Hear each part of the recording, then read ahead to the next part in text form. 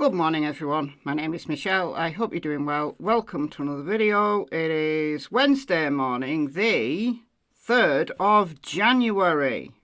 Okay, so today we're sticking with the Savanah Soto and Matthew Guerra case, and I've been pondering this. I've been pondering an issue.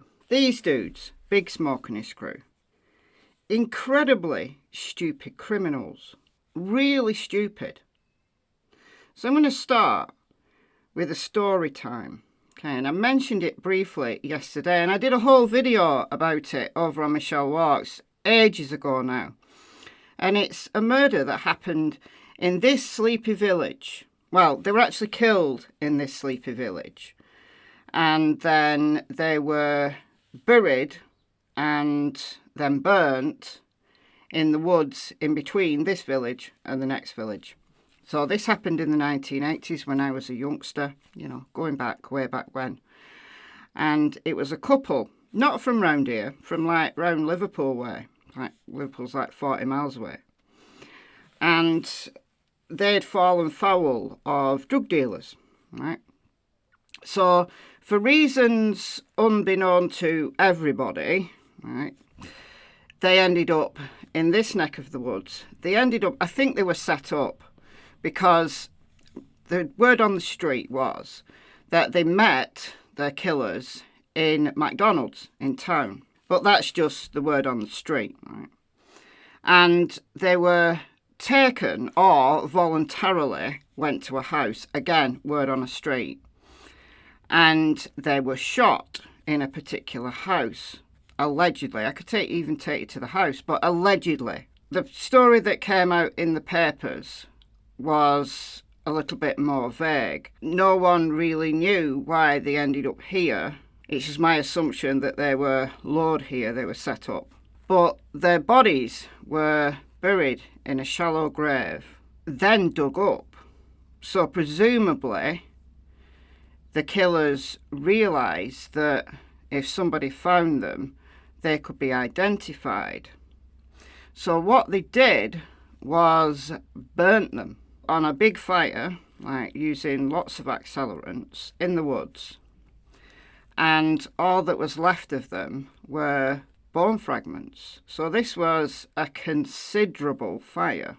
Like I said, it was in the woods. They're not even that deep woods. They're not even deep. I went to the site after all the bones had been removed. But it was a big area. Right?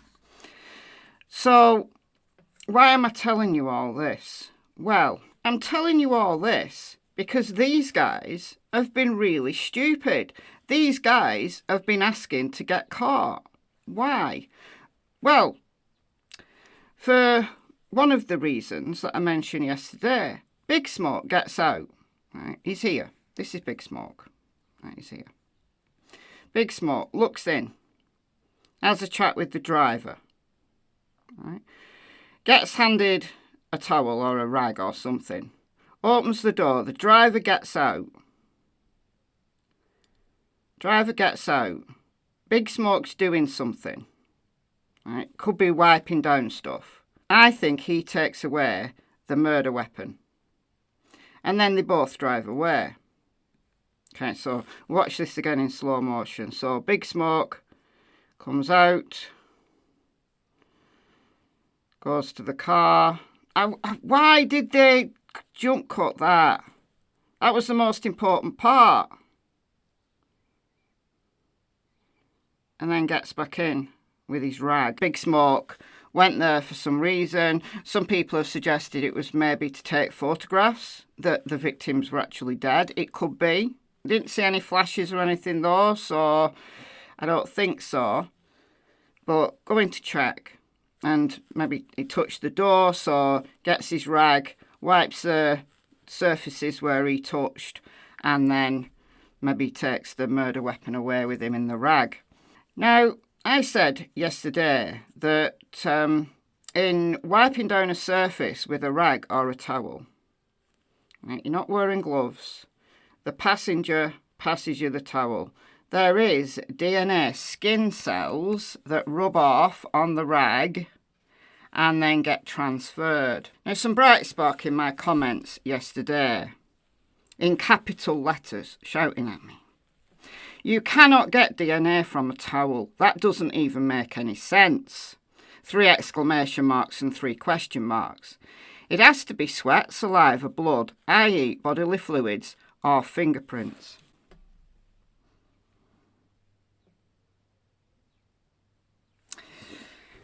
Melina Aikens, 3687. Look up touch DNA. So you have skin cells that slough off whenever you touch anything, right? Slough off.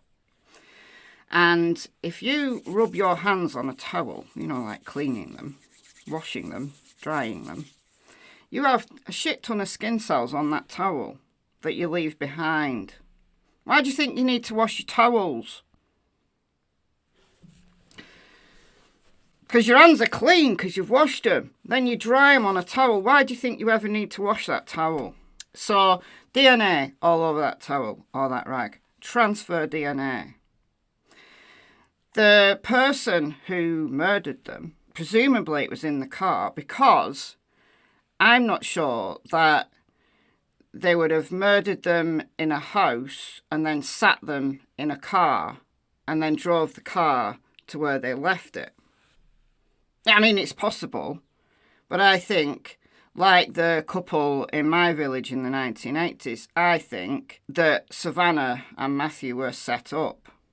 If this was just a simple deal, why would Savanah have even gone with him? She's due to give birth the next day. I mean, I don't know. Maybe they did everything together. I don't know. But I think there's some kind of setup or something going down here. Maybe, possibly. But here's my question. Why were they so incredibly stupid?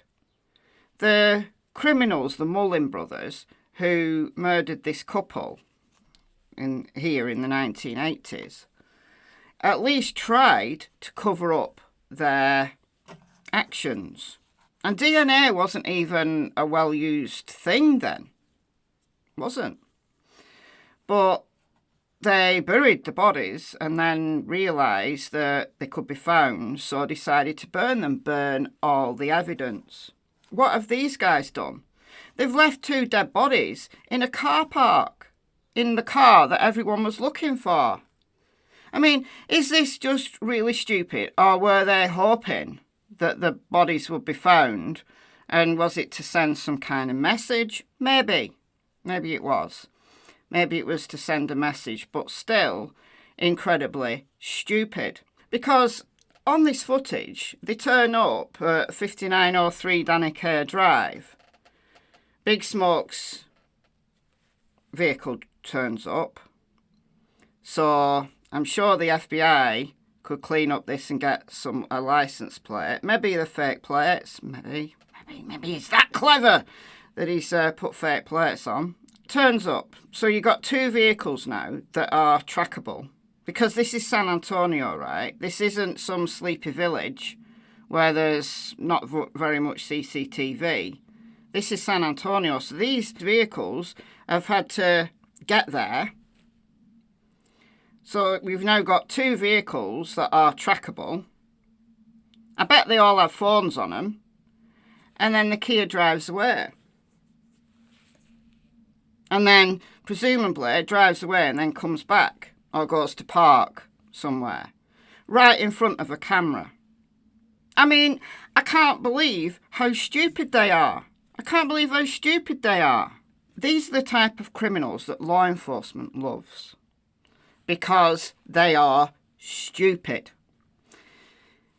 They're trackable by CCTV. I bet they all had their phones on them and they've left a bunch of DNA at the scene. So my question's this: why didn't they take that Kia somewhere into the desert, burn it out, and burn the bodies? Why just leave them there? Send a message to the families, maybe, yeah, but why make some kind of attempt to hide them? Because they were like 3 miles away. Why make some attempt to hide them? I don't think it was an attempt to hide them. I've just got a lot of questions. I've got a lot of questions about the stupidity of Big Smoke and his crew. So, tick-tock, tick-tock,